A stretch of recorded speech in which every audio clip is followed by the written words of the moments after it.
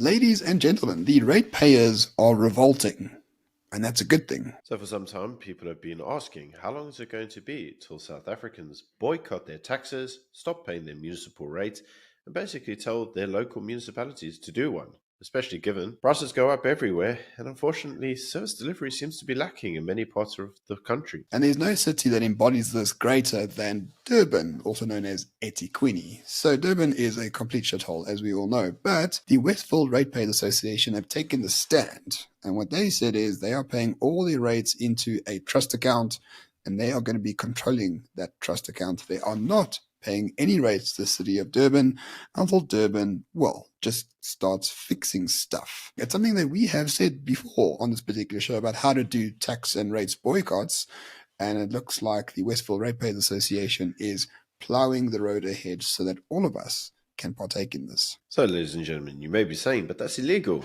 Surely if you stop paying your taxes, you're going to get sent to prison.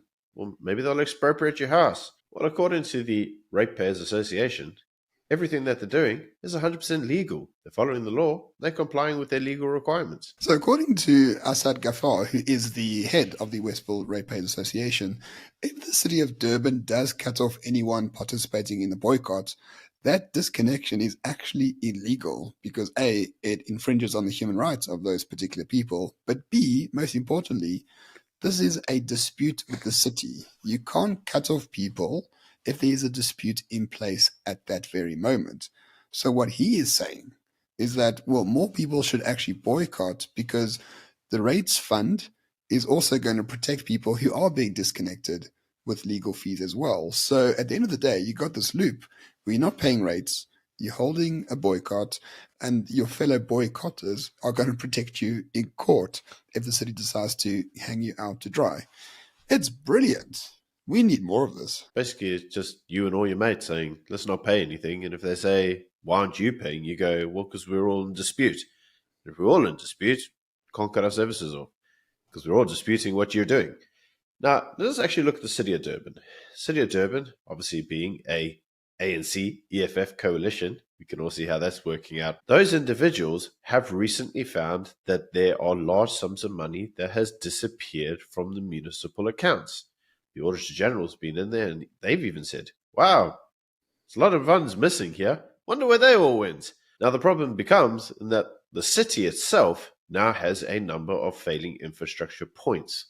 Noticeably, we all know that there is sewage in the beaches. There's a number of services that aren't being delivered as the province as a whole has been subjected to many weather-type related incidents. Lest we forget that we had the mostly peaceful protests and we've also had the flooding in that area, possibly now twice. The problem is the city's not fixing any of the damages and the damaged infrastructure is getting worse. But the ratepayers are having to pay more and more funds to upkeep the lavish lifestyles of the politicians that are there. And unfortunately, it does get to a point where you just go, well, what the hell am I paying for? I can't just keep paying for your new car and for you to be chauffeured around in style. At least give me a beach I can swim in. And unfortunately, these municipal workers say, no, we don't want to. And we want to do less for you. And so the ratepayers have basically said, well, if that's the case, we ain't paying you. Because what the ratepayers also say is that we're going to pay our monies into this trust account, and we're going to be using that money to, well, do the work that the city is supposed to do. So we are going to fix the roads. We are going to fix the sewage systems. We are going to fix the lights and the potholes and all the rest of it. Essentially, you're taking the middleman out of the equation, and the ratepayers themselves are doing the actual work to fix their suburbs and their towns and their cities. And it's not just the Westville Ratepayers Association. Now you've got all the towns around that area who are joining in on the boycott as well. This is just the beginning of something really, really important. If you cut out the political parasites that are causing us all this misery, you keep the money for yourself and you use it for yourself, you can actually make a tangible difference in the way you live. Why isn't everyone else in this country doing exactly the same thing? Well, Ramon, the answer to that is actually very easy, and that is because the vast majority of individuals think that if they do something like this, that would be illegal. They'd probably lose their house. I mean, why wouldn't they? That's the fear, right? Follow the rules or you're going to get slapped. Well, it turns out that these ratepayers don't believe that. They actually figured that, you know what, we'd rather actually take the money and use it for the actual infrastructure it's supposed to service. because that's constitutionally what they're meant to do.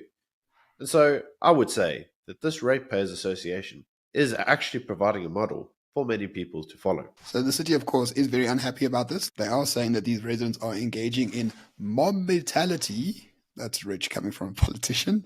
And further, engaging in unlawful acts. And, the poor people who survive on grants and all that are going to be missing out. And the city desperately needs that money to pay off for their future voters.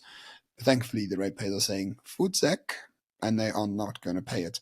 Very interesting. I wonder if this could create legal precedents in time to come, where basically the court will say, we know what the rules say, but the more you follow the rules, the more the dignity of the residents actually suffer. So in this regard, we're going to look at what is in the best interest of the South African citizen. And if you can have a legal jurisprudence that changes that dynamic and changes the rules around legal jurisprudence, this could be the start of something really, really crazily effective. I can't wait.